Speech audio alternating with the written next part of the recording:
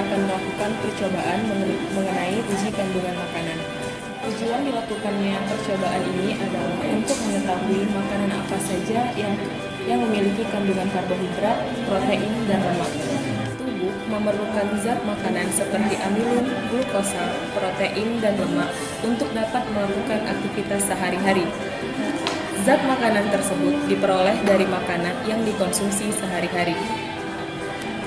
Praktikum biologi yang menggunakan kandungan zat makanan sering disebut dengan uji makanan.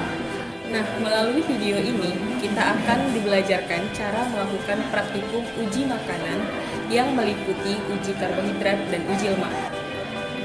Karbohidrat yang kita temukan pada bahan makanan pokok diantaranya adalah nasi, roti, dan singkong. Karbohidrat sendiri terbagi menjadi beberapa golongan. Yang pertama, golongan monosakarida, yang kedua golongan disakarida, yang ketiga golongan oligosakarida, dan yang keempat golongan polisakarida. Untuk membuktikan kandungan yang dimiliki sebuah makanan, maka akan dilakukan uji kandungan makanan. Untuk melakukan percobaan uji kandungan makanan, alat dan bahan yang perlu disiapkan antara lain plat sampel, mortar, iodin, roti tawar, pisang, telur rebus, nasi, apel, kentang, tahu, mentega, alat tulis. Pada percobaan kali ini kita akan melakukan dua uji. Yang pertama uji karbohidrat dan yang kedua uji kandungan lemak. Langkah pertama yang harus dilakukan adalah menghaluskan sampel makanan pada mortar. Sampel pertama yang kita haluskan adalah pisang.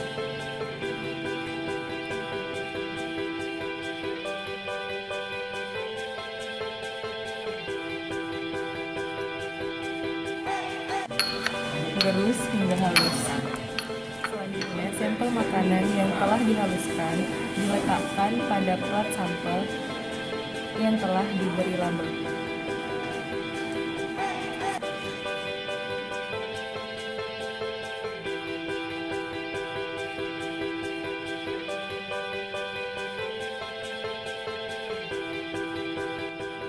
Hal yang sama dilakukan pada semua sampel makanan uji hari ini.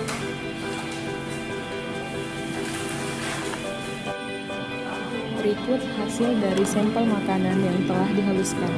Selanjutnya, sampel makanan yang telah dihaluskan tadi ditetesi dengan iodin masing-masing 3 tetes.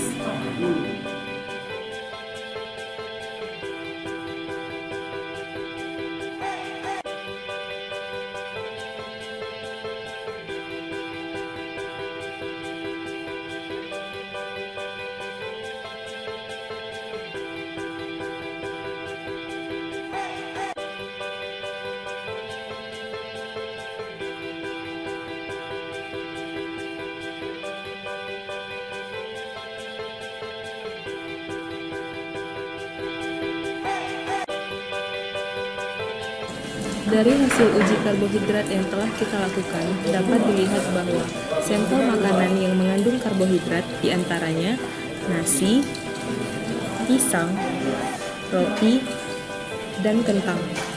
Sedangkan sampel makanan yang tidak mengandung karbohidrat adalah telur, tahu, mentega, dan apel. Uji lemak pada sampel makanan yang telah kita sediakan. Yang pertama yang harus disiapkan adalah sampel makanan yang telah dihaluskan, kemudian kertas. Langkah yang harus dilakukan untuk melakukan percobaan ini adalah mengoleskan sampel yang telah dihaluskan pada kertas.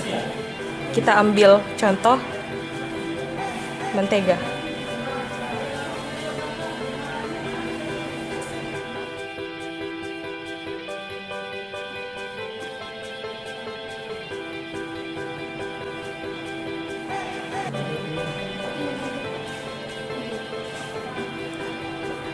Hal yang sama dilakukan untuk semua sampel makanan yang telah disediakan. Setelah semua sampel telah selesai dioleskan pada kertas, maka ditunggu beberapa menit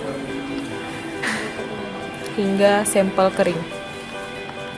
Setelah sampel kering, maka untuk melihat ada tidaknya kandungan lemak pada sampel makanan yang kita uji, maka kertas sampel dibalik. Dari percobaan yang telah dilakukan, maka dapat dilihat bahwa sampel makanan yang mengandung lemak adalah mentega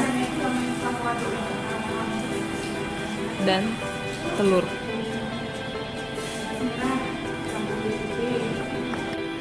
Sedangkan sampel yang tidak mengandung lemak adalah pisang, nasi, kentang, roti, tahu, dan apel.